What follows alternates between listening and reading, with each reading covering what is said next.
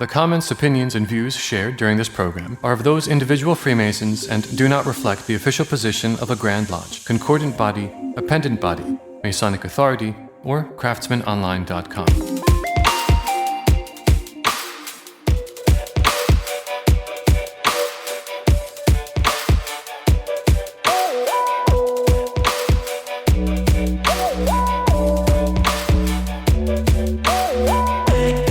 Welcome back to the Craftsman Online Podcast, the only Masonic podcast endorsed by the Grand Lodge in New York. I'm your host, Right Worshipful Brother Michael Arce. Oh man, nothing tops when you get to talk to a brother who shares the same passion and a Masonic symbol as you do, and we are doing that this week.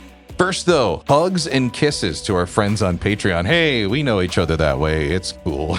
If you haven't joined Craftsman Online on Patreon or found out what it's about, we have a 7-day free trial. You can get yours started by clicking the show notes for this episode. In that description, bang, there's the link to join us on Patreon. What do you get? Ad-free episodes and plus the access to all of our back catalog of subscriber extra episodes with some of our select guests. Just costs $5 a month to support the show on Patreon, and we thank you in advance. This week's guest is a recurring champion. He's also the past master of the Masonic Lodge of Research number 401 in New Haven, Connecticut. We're here to talk about his program that he shared with the show, Solstices and Saints, Hidden Meanings and the Point Within a Circle. My friend and yours, worshipful brother Cedric Jacobson. Welcome back, brother. Thank you so much for having me. As I told you beforehand, this is going to be the part where I turn into the audience. There's a reason why I booked this guy, because Cedric was like, hey, I'll share my presentation, which has a cool title. Solstices and Saints. Yes, we're going to get into this. And this is one area of the Point Within a Circle that is new learning for me. I have not explored this avenue, so I'm very excited to hear this. As you start your presentation, you show how the symbol, and I'm familiar with this part, the two parallel lines can represent the Holy Saints John, and they kind of set up the boundary lines. But why were we using these specific figures, or why do you suggest that we chose these figures to explain a Mason's conduct? Yeah, I think, in the ritual, we learn that they sort of circumscribe our actions.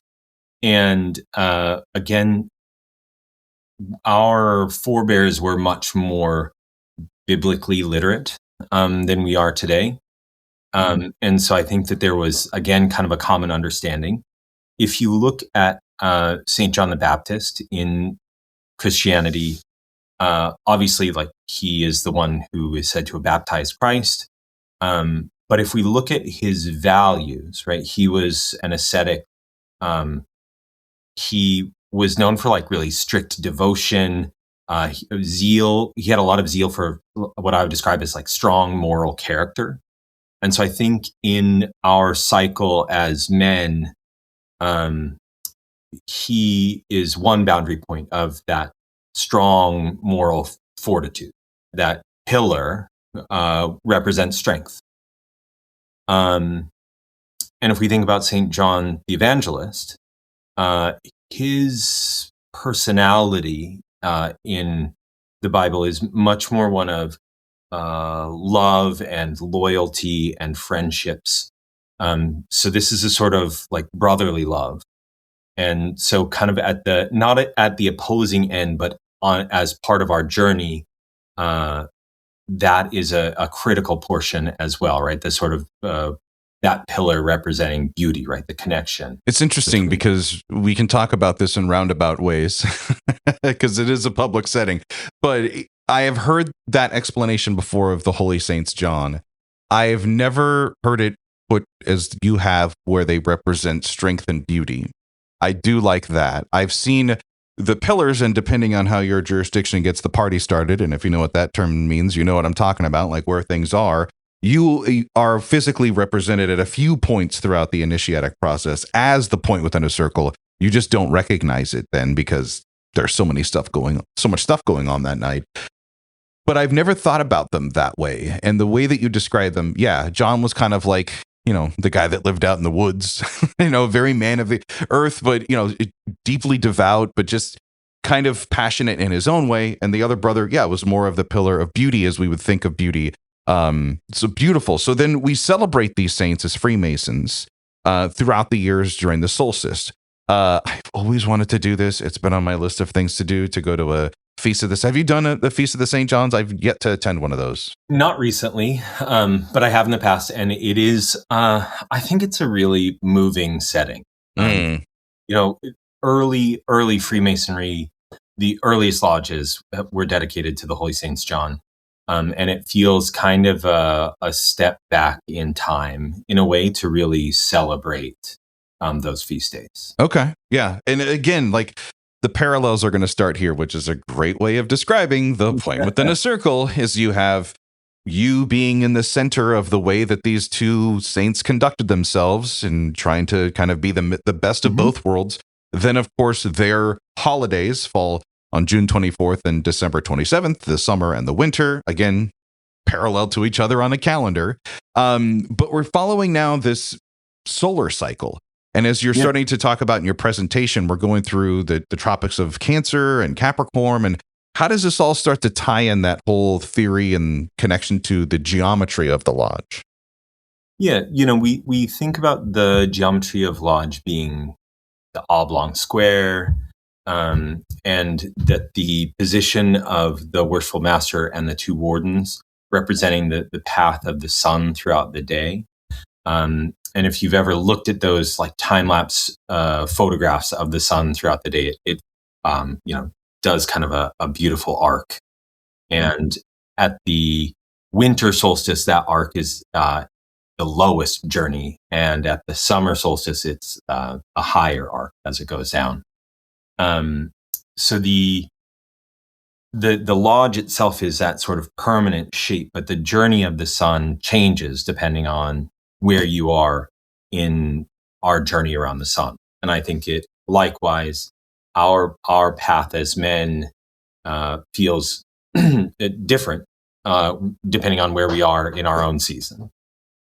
To go back to your question about lodge, though, I think the connection, right? The sun journeys east to west. We have the tropics are said to help define the northern boundary and southern boundary of lodge. The tropic is like the tropic line on planet Earth is the point where at the solstices, the winter and summer solstice, if you put a stick straight down in the ground, it will cast no shadow at solar noon. So I think the geometry of the lodge has a clear connection to the sun and the sun's journey. Can't remember if it's Albert Mackey or Manly P. Hall. I want to lean on that it's Mackey. In one of his books, he has the diagram of like the path of kind of the celestial path that you're talking about. And then you could lay that over a lodge room floor. And if you know the steps that we take during the degree or the natural route of things, so to say, they almost kind of mimic that. Yeah. And this also opens up to the part where you start talking about our internal seasons as they would be with the equinox. So I think the equinox is important, right? Because the equinox is the halfway point between the solstices. And if in our own seasons, right, we're moving from, swinging more towards that fervency and zeal, moral character, and the sort of opposite, not opposite, but complementary love, brotherly love, affection. The equinox, right, if you look at the etymology of the word, equi means equal and nox means night. So it's when those two sides of the coin are in equal balance. I know we talked about this earlier, how past generations were just, when it came to certain things, smarter than we are now. I wonder, though, if this whole using the point within a circle and the celestial and the rotation of the planets and all, if that was another allegory, if that was maybe a visual aid for those that learned that way, or if that was just the way that people talked about things back then, because it's not really how we talk about things now. And I think that might make what this could be the mystery and like the trying to understand it. That's what makes this the fun part, at least for me. I don't know about you. Yeah, I agree. I think, what is it they always say about Masonry, that it's a system of morality, like veiled in allegory. And it is that, right? Like there is this core symbol that speaks to us, both you and I think thousands of other brothers out there. And like I said, there is a commonality in meaning, but I think it also has potential to speak to us each in different ways. Because it's a podcast, we're going to have to use our words here, but you have several historic images in your presentation of deity using a compass to circumscribe the earth, which I wish during ritual you were able to do that and show it, because it would really kind of reinforce that with the brother. But how does that act of the point within a circle, in your mind, kind of mirror the act of creation itself? The point within the circle is what you get when any of us that used a compass in high school geometry to draw a circle. You get the circle, but you also get that little dot or hole in the center, right? Like you can't use a compass without creating a point within the circle. And that idea of a creator, a god, or depending on your faith, whatever the grand architect that you subscribe to is, that vision of God, the creator, using a compass to create is an ancient one and a fairly common one. And I think we can see that in esoteric teachings, like in the Pythagoras school and Rosicrucianism, where the point within the circle represents creation. So that idea of creation with the compass and point within a circle, they are different sides of the same coin. Yeah, that's the part I loved in your presentation, because I'm like, okay, I do recall some stuff from that Albert Pike book that I read, because he gets into that as well. And that's what I love about the flexibility about this, because as you get into that, then, the alchemist, the chemist in you comes out, because you start talking about the symbols that I go, oh man, I kind of remember how to do them in HTML, but I don't know what they mean. We get into sulfur, salt, mercury. You start discussing their relationships to the planets. How can you suggest? I never suggest alchemy to any brother, because I myself don't understand it. So I wouldn't want to put, it's like advanced math. It's like I stay away from that. But how does alchemy help somebody understand the point, as you're talking about the residue, and the idea as you put out that it's, your own essence, your own soul? When we learn about alchemists in our youth, we at least I thought, until I read more about it, that these were people, they were the tinfoil hat people of their time, Oh, come on, say it. They're the people that could turn pencil lead into gold. Right. That's what we all heard, right? Yeah. And yes, there was a quest to transmute and combine matter to create new matter. But at its core, alchemy really was a belief system. And the goal was to transmute yourself, our leaden state, into a pure light gold state. And so through proper application of heat and other processes, right, through proper application of forging ourselves, we can arrive at a place of ascendance. And that's really what the alchemists believe. And it's the spiritual led into gold. Now, how much of this, because again, this alchemy is is it fair to say it's like one of the grandfathers of like modern science? I would certainly say so, yeah. You shaking was good, but for a podcast, before the alchemy police come and haul me away. So I'm just curious, because every scientist I know, man, I love them because they are so into what's the data, what can be proven. I love the scientific theory. When you were getting into alchemy, was there a little bit of a doubt in you going, how much of this is quote unquote the magic, the superficial, the spiritual side of alchemy? Yeah, I think originally it feels a little frou-frou. I'm reading a book about the history of chemistry, right? And you're like, what is all of this? Like I was viewing the symbols and the shorthand as sort of a coded way. This was at a time before modern sciences had really evolved, so people were very protective of their secrets, and so symbols were used to like hide your own research ideas. And so I was very intensely curious about that. And I remember reading some chapters, and I was like, I don't really see it. The idea of the spiritual led into gold. But as that as that idea appeared again and again and again in different resources that I read about alchemy, it was clear that it was not just one author's opinion, that was sort of deeply imbued in the approaches of alchemy. And so, yeah. Did your forehead start to get sore from all the slapping, or? Yeah. Sometimes being told once or twice is not enough, and you need to hear it 9, 10, or 11 times.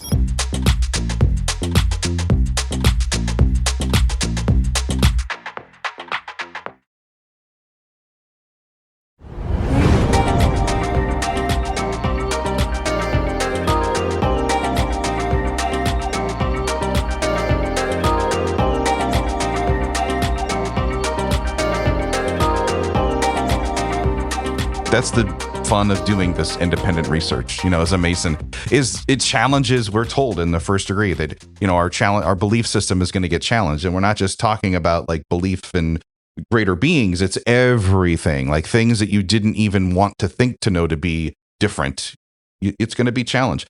I got to ask, like, with all the research you did, I mean, you went into the signs, the symbols, the saints. What was kind of the most personal, rewarding part for you? What was the juicy fat on the meaty bone for you? I think for me, it was thinking about the connections between the saints and their position within a calendar year and the seasons as we experience them in the Northern Hemisphere.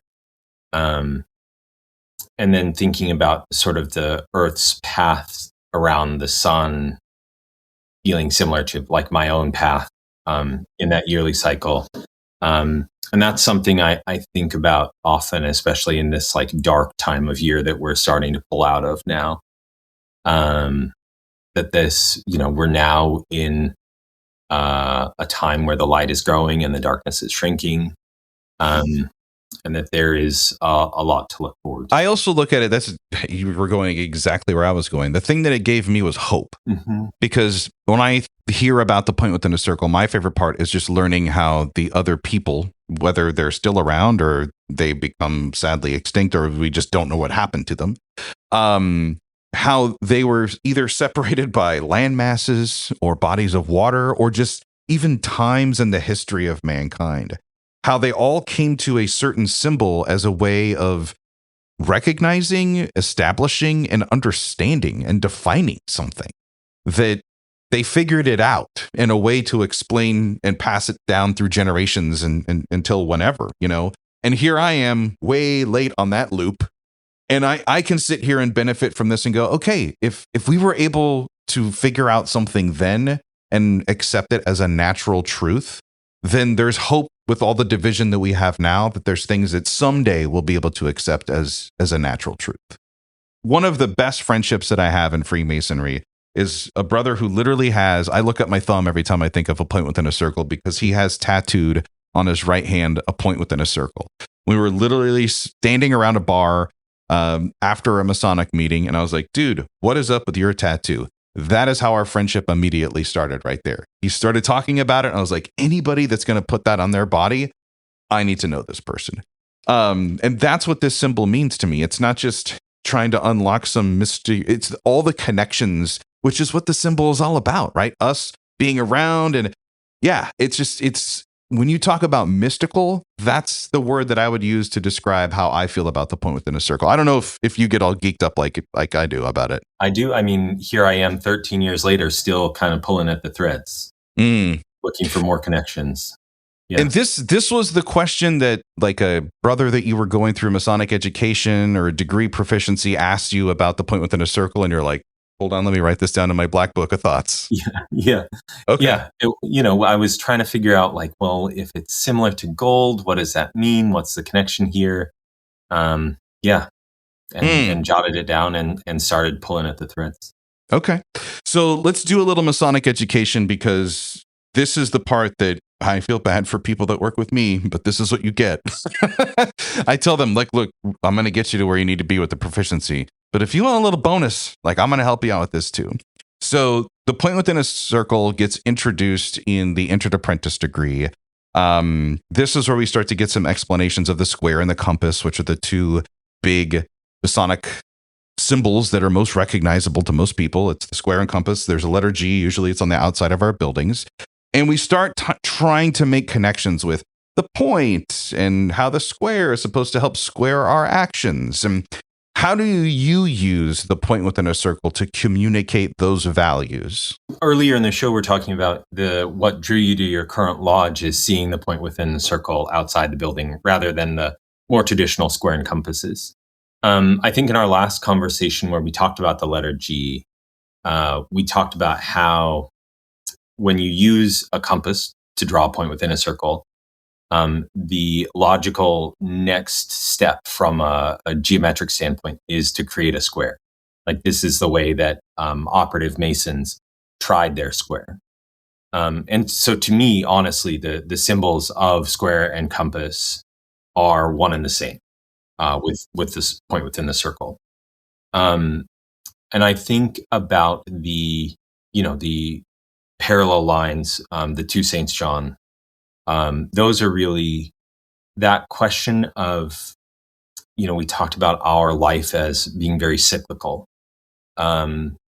Knowing that when I circle back to that idea again, or that experience again, or that interaction again, the question that I go to bed asking myself is, will I feel that I have acted as a just and upright man?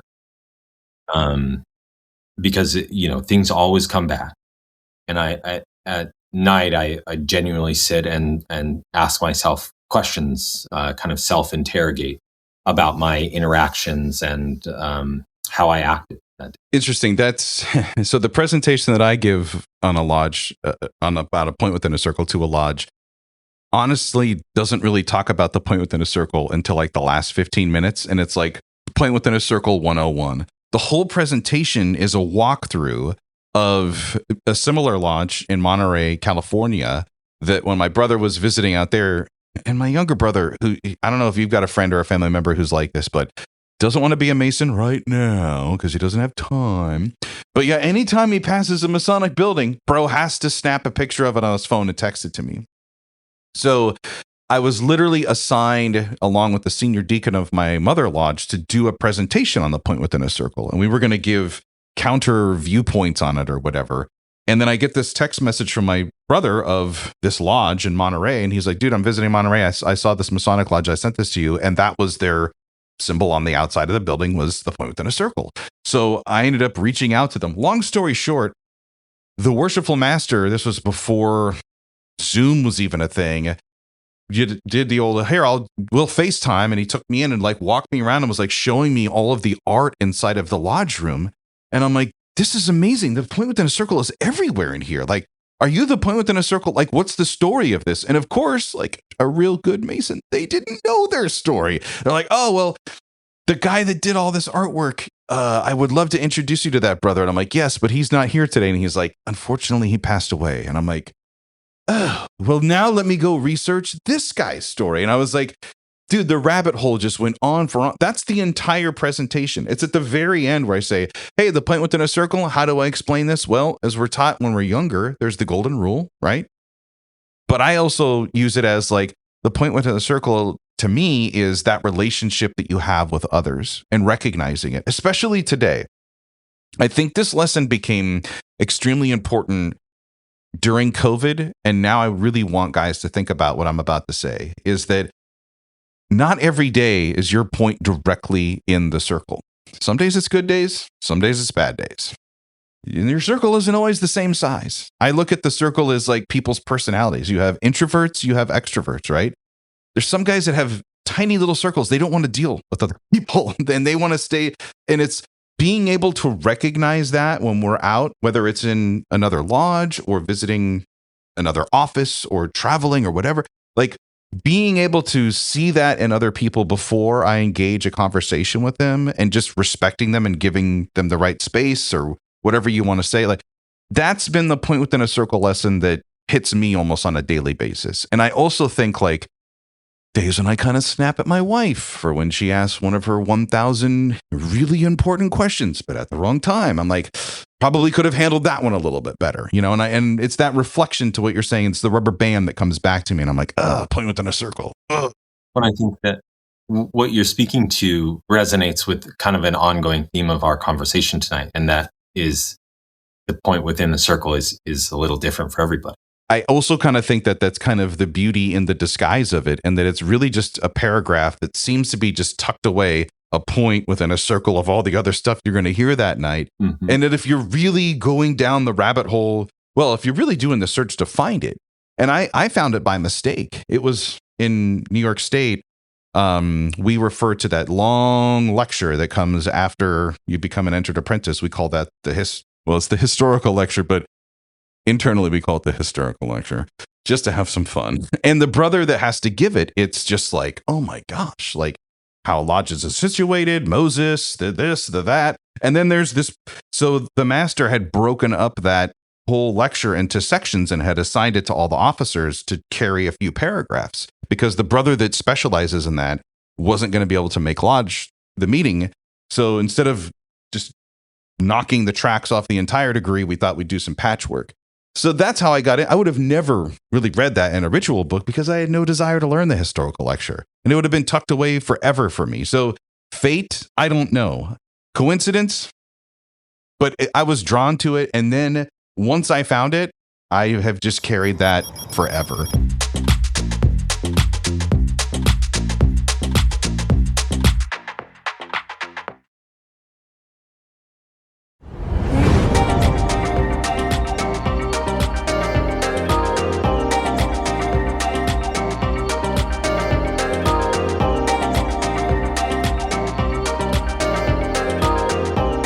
You do get into kind of a little traditional observant masonry, and I would expect that from a guy from a research lodge.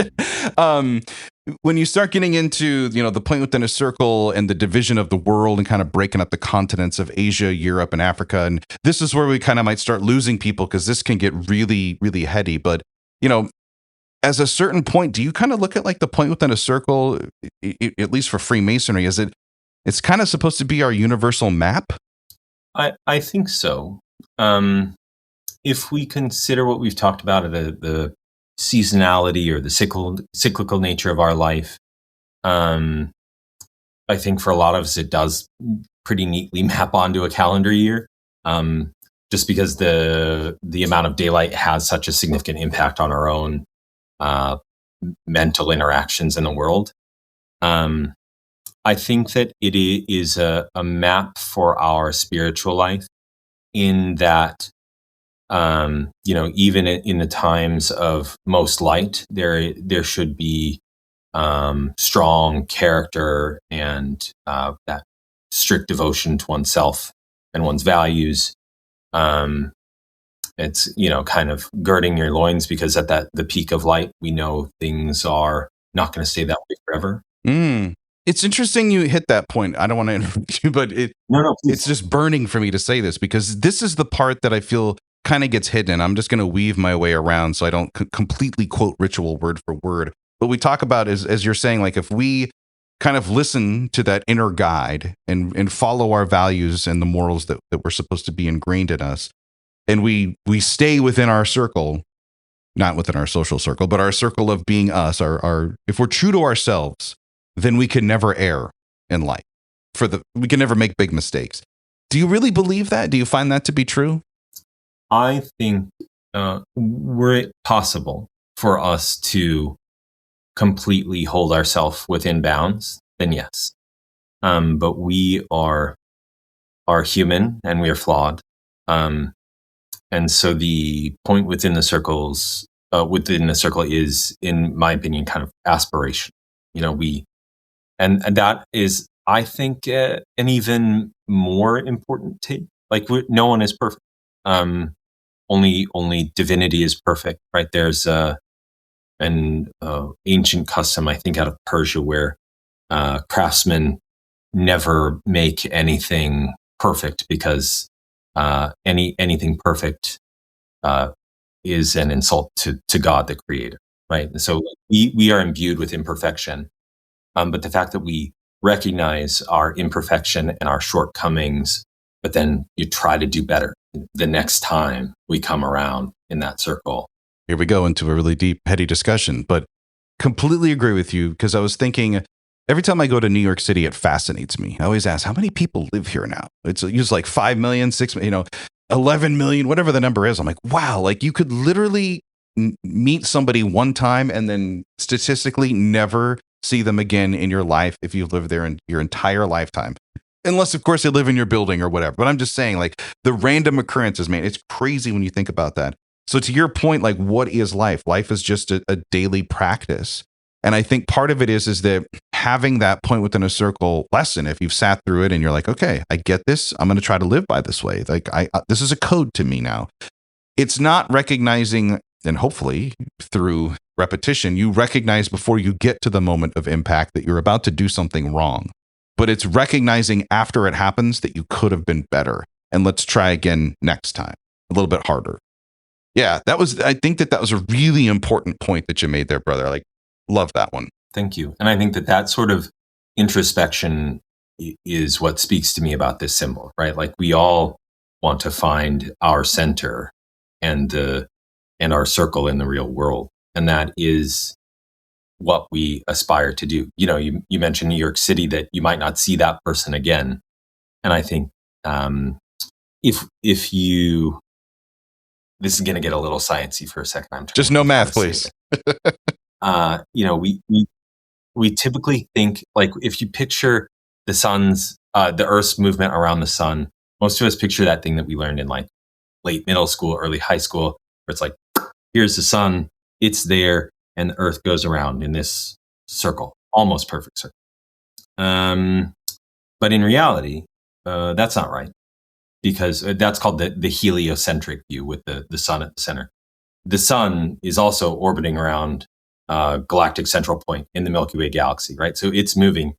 So the path of the Earth in reference to the center of the Milky Way is not a nice, happy little circle. It's shaped more like a helix. So you aren't going to be in that same place with that same person again, right? But you might be in a same relative circumstance, with a similar another person in a similar circumstance, where you have that opportunity to be better and act in a way that you aspire to. Interesting. I've never heard the explanation. It's more of like a bullet or rifle, just zipping through. Then, yeah, that's, And life is like, and again, you could draw the two parallel lines and it could just follow and you could see the tracer. Oh man, that's all right. I know we talked about just doing this for an hour and we're close to our time, and I'll get you out of here on this question, Brother Cedric. I think this is a good one to go out on, that if our listener is sitting here going, I never had anybody break it down like this to me in my lodge before, or nobody taught. Now I'm struggling to find my own center or my own point in this chaotic world that we live in. What's the one piece of advice that you would offer our listener on that one? Holding space for introspection, whether that's, for me, it's typically first thing in the morning and last thing before I go to bed. I view it as sort of a check-in, check-out mentality. I know for many of us, we get that itch to pull out our smartphone and scroll a little bit, look at the news, look at the email, look at whatever. But I really try to intentionally take a few minutes just with myself and not let the world outside distract me from myself. And that is something that I found really advantageous for me. Thanks again to our guest this week, Worshipful Brother Cedric Jacobson, for sharing his insight on the point within a circle. Talking to guys like that, I already feel smarter. So cool. I'm Right Worshipful Brother Michael Arce. I always enjoy our time together. If you're trying to figure out how to bring Masonic education to your lodge and honestly talk about things that brothers care about, we've got somebody who's got some ideas. Brother Garrett Pottmeyer is our guest next week, and on our episode, we tackle that concept. Bring your pencil, and your notebook. Until then, let peace and harmony prevail.